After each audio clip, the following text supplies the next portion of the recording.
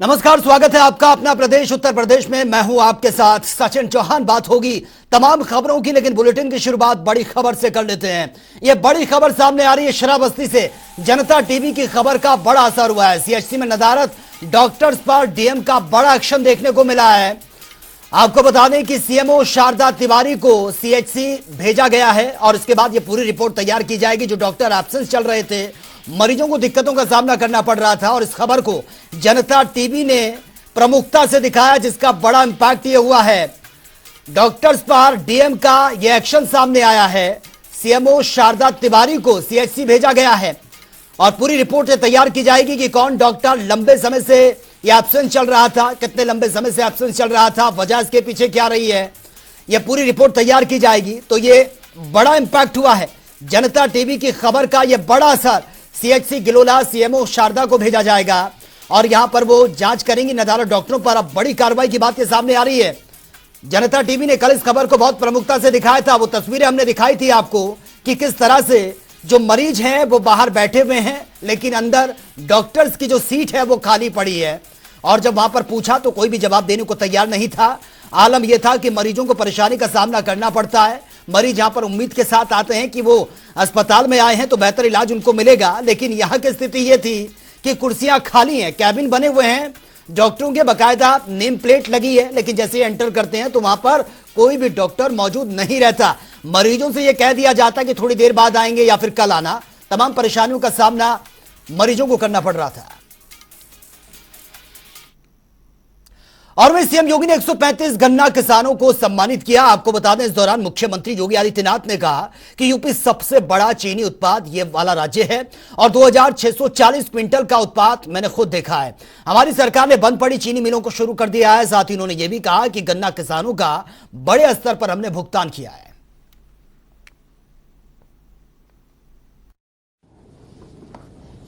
और आज जो मैंने यहां पर देखा है, एक साथ चीनी मिल मालिकों को भी सम्मान किया गया। गन्ना उत्पादक प्रतियोगिता आयोजित करके 3 वर्ष के उन किसानों को भी सम्मानित किया गया जिन्होंने गन्ना उत्पादन में रिकॉर्ड स्थापित किया है। भाइयों बहनों, 2017 में जब मैंने गन्ना विभाग से कहा था कि एक उत्तर प्रदेश की धरती ऐसी है जिसमें 1 एकड़ में 1000 कुंटल पैदा हो सकता है, लोग हंस रहे थे, अरे कैसे हो सकता है। हमारे तमाम अधिकारी क्या कह रहे थे उस समय, अरे साहब ये कहां हो सकता है, एकड़ नहीं हेक्टेयर में होता होगा। मैंने कहा नहीं, एकड़ में हो सकता है। लोग कल्पना कर रहे थे। फिर मैं भी कभी कभी भ्रम में पड़ जाता था कि क्या वास्तव में ये हो पाएगा क्या, लेकिन आज मैंने साक्षात देखा है। प्रत्यक्षम किम प्रमाणम 2640 क्विंटल पर हेक्टेयर गन्ना पैदा करने वाला, उत्पादन करने वाला किसान भी यहां इस सभागार में मौजूद है। और वो माता जी वहां बैठी हुई है, किसान अपने पीलीभीत से आए हुए, ये सभी ये इसके प्रमाण है। लखीमपुर खीरी में आप देख रहे हो माता जी को, थोड़ा माता जी खड़ी हो जाए, आप थोड़ा खड़ी हो जाती तो देखिए किस क्या उम्र है। और उसके बाद भी ये है, ये उत्तर प्रदेश की धरती में थोड़ा भी हम प्रयास करेंगे तो इतना गन्ना उत्पादन हो सकता है। यह हमारे इन अन्नदाता किसानों ने अपने सामर्थ्य से, अपने परिश्रम से वह साबित करके दिखाया है। और वहीं केंद्रीय मंत्री स्मृति ईरानी अमेठी और रायबरेली के दौरे पर हैं। स्मृति ईरानी गांव-गांव जाकर लोगों से संवाद भी कर रही हैं, उनकी समस्याओं को भी सुन रही है। वहीं अमेठी में गंभीर बीमारी से ग्रस्त 1 साल के नवजात शिशु के इलाज का खर्चा स्मृति ईरानी ने उठाने का ऐलान कर दिया है। गौरीगंज नगर पालिका के रहने वाले 1 साल के नवजात शिशु सिद्धांश अग्रहरी हार्ट की परेशानी से जूझ रहे हैं और जिसके बाद ऑपरेशन का पूरा खर्चा अब स्मृति ईरानी उठाएंगे।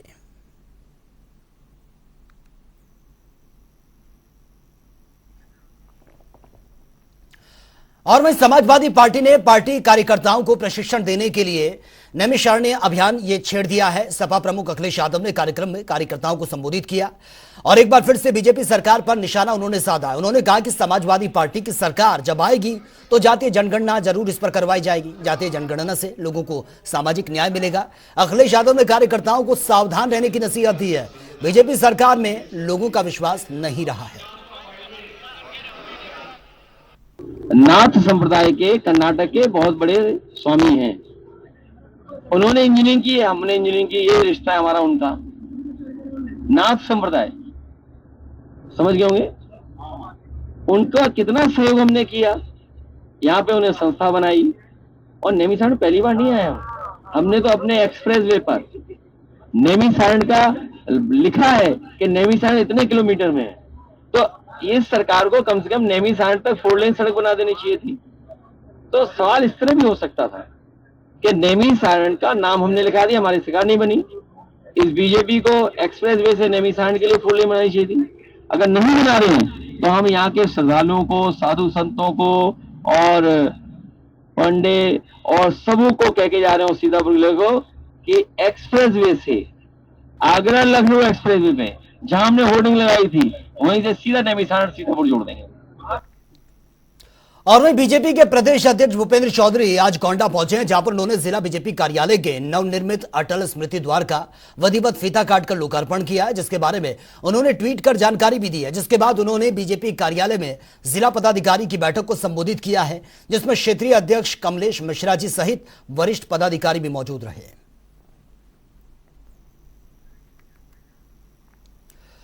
और वहीं बीजेपी सरकार के 9 साल पूरे होने पर गोंडा के टाउन हॉल में कार्यक्रम का आयोजन किया गया। बीजेपी प्रदेश अध्यक्ष भूपेंद्र चौधरी ने कार्यक्रम में मुख्य अतिथि के तौर पर शिरकत की है, मीडिया को संबोधित किया। भूपेंद्र चौधरी ने कांग्रेस पर भी जमकर निशाना साधा है। उन्होंने कहा कि कांग्रेस को हेडगेवार पर टिप्पणी करना गलत है। महापुरुषों के ऊपर बयानबाजी करने से कांग्रेस को बचना चाहिए। भारतीय जनता पार्टी एक कर्नाटक का विषय है। मेरे पास कर्नाटक की कोई जिम्मेवारी नहीं, लेकिन वीर सावरकर इस देशभक्त थे और उन्होंने देश की आज़ादी के लिए अपना सर्वोच्च न्यौछावर किया है। हम सब लोग उन्हें अपना आदर्श मानते हैं। लेकिन कांग्रेस कह रही है कि हेडगेवार गद्दार थे। उन्होंने अंग्रेजों से कई बार माफी मांगी। वीर सावरकर जी का और डॉक्टर हेडगेवार जी का जो समाज में, देश में योगदान है, उन योगदान को पूरा देश आज स्मरण करता है। कांग्रेस के लोगों के बारे में या कांग्रेस को देश के महापुरुषों के बारे में इस प्रकार की अभद्र टिप्पणी शोभा नहीं देती। निश्चित रूप से इस तरह की बयानबाजी से राजनीतिक क्षेत्र में काम करने वाले लोगों को अपने महापुरुषों के बारे में अपमानजनक बयानबाजी करने से बचना चाहिए। और विवादों के बाद बीजेपी सांसद ब्रजभूषण शरण सिंह ने एक बार फिर से बड़ा बयान दिया है। बीजेपी सांसद ने कहा है कि 2024 में पूरे मंडल में बीजेपी का पताका लहराएगा। बीजेपी सांसद ने प्रदेश अध्यक्ष भूपेंद्र चौधरी के सामने यह दावा किया है। विभिन्न मोर्चा के सम्मेलन में प्रथम बार मुख्य अतिथि के रूप में विराजमान हमारे यशस्वी प्रदेश अध्यक्ष जी का हम गोंडा के सभी कार्यकर्ता तहे दिल से स्वागत करते हैं, अभिनंदन करते हैं। उनके साथ में कमलेश जी जो हमारे अवध क्षेत्र के क्षेत्रीय अध्यक्ष हैं, उनका भी हम स्वागत करते हैं। हमारे बीच में मोहन लाल जी जो मध्य प्रदेश के कई बार मंत्री रह चुके हैं और इस समय उच्च शिक्षा मंत्री हैं, इनका हम गोंडा जनपद की धरती पर स्वागत करते हैं। और लखीमपुर खीरी के दुधवा नेशनल पार्क में बीते 1.5 माह में 3 बाघ और एक तेंदुए की मौत की बात यह सामने आई थी, जिस पर मुख्यमंत्री योगी आदित्यनाथ काफी नाराज भी हैं और सख्त भी नजर आ रहे हैं। उन्होंने जांच कमेटी बिठाई है। सीएम के निर्देश पर वन मंत्री अरुण सक्सेना दुधवा नेशनल पार्क पहुंचे हैं, जहां पर उन्होंने प्रेस वार्ता करते हुए बाघ की आपसी संघर्ष में मौत होने की बात कही है। हालांकि इसके बाद भी उन्होंने पूरे मामले की जांच कराने की बात कही है। देखिए, ऐसा है, आज जो सब मिला उसकी पोस्टमार्टम हुआ है, उसकी रिपोर्ट अभी नहीं मिली है। सिर्फ उन्होंने ओरली बतला दिया है और उससे महसूस होता है कि उसके किसी दूसरे टाइगर से या किसी और एनिमल से फाइटिंग हुई है और उसके हेड पे इंजरी थी। उसके अलावा उसके पैरों पे भी थोड़ी इंजरी की वजह से हीमोटोमा था और उसके पेट में कुछ नहीं था। उसके कीड़े बहुत पड़े हुए थे। ये उम्मीद की जाती है कि शायद 3-4 दिन पहले उसकी डेथ हुई और उसके बाद उसके कीड़े मक्खी से जो पड़ते हैं वो उसके पड़ गए। और आगरा में केंद्रीय राज्य मंत्री एसपी सिंह की प्रोटोकॉल में बड़ी चूक का मामला सामने आया है। प्रोटोकॉल फॉलो न करने पर मंत्री एसपी सिंह मेट्रो प्रोजेक्ट के अधिकारियों को उन्होंने हड़काया है और स्वागत में बुके की जगह गुलाब का फूल लेकर पहुंचे थे मेट्रो अधिकारी। मौके पर मौजूद एमएलसी विजय शिवहरे ने अधिकारियों को जमकर लताड़ लगाई है, जिसका वीडियो अब सोशल मीडिया पर वायरल हो रहा है।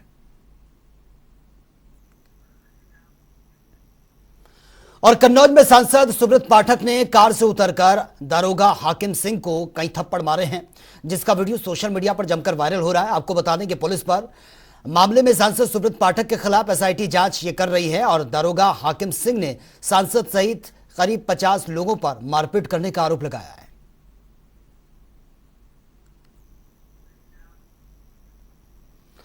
और डिफेंस के लिए महत्वपूर्ण इक्विपमेंट्स बनाने वाले शहर कानपुर में ड्रोन के लिए पैराशूट भी बनेंगे। आपको बता दें कि जिसकी मदद से हादसे का शिकार होने या फिर खराब होने पर ड्रोन को सुरक्षित उतारा जा सकेगा।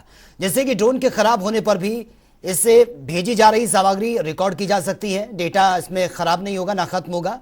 और आईआईटी कानपुर ने फ्लाइंग जोन में इसका सफल परीक्षण भी किया है। पर ऐसा कोई वैकल्पिक अवस्था नहीं है कि ड्रोन अगर खराब हो, ड्रोन को किसी ने शॉर्ट कर दिया हो या ड्रोन कंट्रोल के बाहर चला गया हो तो ड्रोन को कैसे संभाला जाए।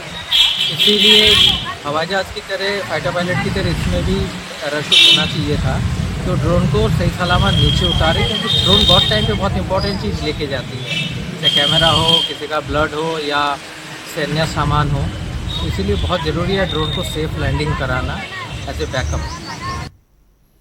और वहीं सहारनपुर में हिंदू योद्धा परिवार ने जिला मुख्यालय पर प्रदर्शन कर राष्ट्रपति से लव जिहाद और वीडियो गेम जिहाद के माध्यम से हिंदू लड़कियों और बच्चों का धर्म परिवर्तन कराने को सजा दिलाने की मांग की है।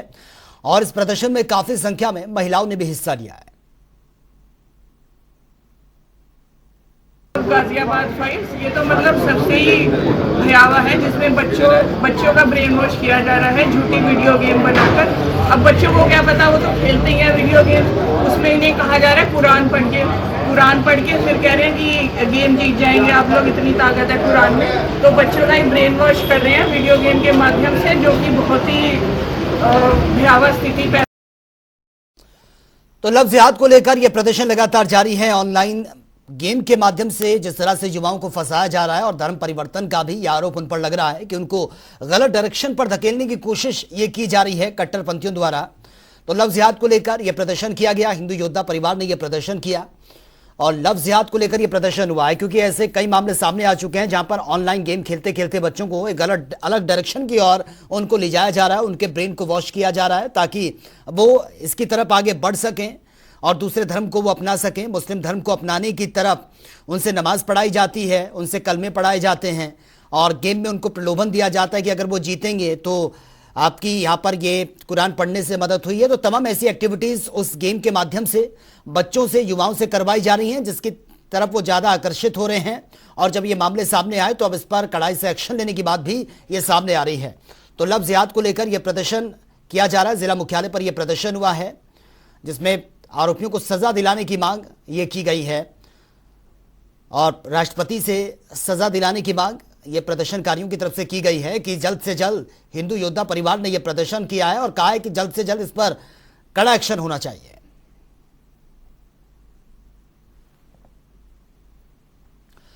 तो आरोपियों को सजा दिलाने की मांग ये की जा रही है। और लव जिहाद से जुड़ा यह मामला, हालांकि लव जिहाद के मामले भी सामने आए हैं, ऑनलाइन गेमिंग के माध्यम से धर्म परिवर्तन के मामले भी सामने आ रहे हैं, जहां पर खास तौर से आज के युवाओं को टारगेट किया जा रहा है। और प्रयागराज में माफिया आतिक अहमद से कब्जा मुक्त कराई गई जमीन पर बने फ्लैट्स को लॉटरी सिस्टम के जरिए अब लोगों को बांटा गया है। जमीन पर बने 76 फ्लैट को हर कैटेगरी के लोगों को यह दिया गया है। और वहीं एससी में दिव्यांग कैटेगरी में शांति देवी को पहला फ्लैट ये मिला है, जिसके बाद शांति देवी काफी खुश नजर आई हैं। उन्होंने इसके लिए पीएम मोदी और सीएम योगी का धन्यवाद भी किया है। आपको बता दें कि सरकार ने सभी वर्गों को ध्यान में रखते हुए मुस्लिम लाभार्थियों को भी फ्लैट का आवंटन किया है और जिन्हें कुछ दिनों बाद सीएम योगी खुद अपने हाथों से फ्लैट की चाबी भी देंगे। जनपद प्रयागराज में माफिया से हम लोगों ने जमीन खाली कराई। जो लैंड थी उस पर माफिया का अपना आवास था, उसका ऑफिस भी चलता था। प्रयागराज विकास प्राधिकरण ने उसको ध्वस्त किया। उसके बाद से पीएमओआई के अंतर्गत हम लोगों ने ये प्रोजेक्ट सैंक्शन कराया। अब इस समय पूर्ण रूप से हमारा जो 76 फ्लैट्स हैं बन के तैयार हैं। इसमें एक बेडरूम है, एक ड्राइंग रूम है, इसमें किचन की व्यवस्था है, इसमें एक शौचालय की व्यवस्था है, एक स्नानागार भी है, बालकनी भी है, इसमें पार्किंग की व्यवस्था सामान्य रूप से की गई है, बिजली की व्यवस्था है, सीवरेज की व्यवस्था है और सब चीज़ें हैं जो कि इसमें इंटैक्ट हैं, जो कि एक व्यक्ति को अपना घर चलाने के लिए जरूरत होती है। और लखनऊ कोर्ट में पुलिस ने गैंगस्टर संजीव महेश्वरी उर्फ जीवा हत्याकांड का सीन रिक्रिएट किया है और यहीं एक युवक को वकील बनाकर लाया गया। जीवा को जिस तरह से वकील बनाकर शूटर ने गोली मारी थी, ठीक वैसा ही सीन यहां पर फिर से दोहराया गया है। इसके बाद जीवा बना युवक जमीन पर गिर गया और जमीन पर तड़पने लगा। डीसीपी वेस्ट राहुल राज ने क्राइम सीन रिक्रिएशन के फुटेज जारी किए हैं और उन्होंने कहा कि सीन रिक्रिएट करने से वारदात के हालात समझने में मदद मिलेगी।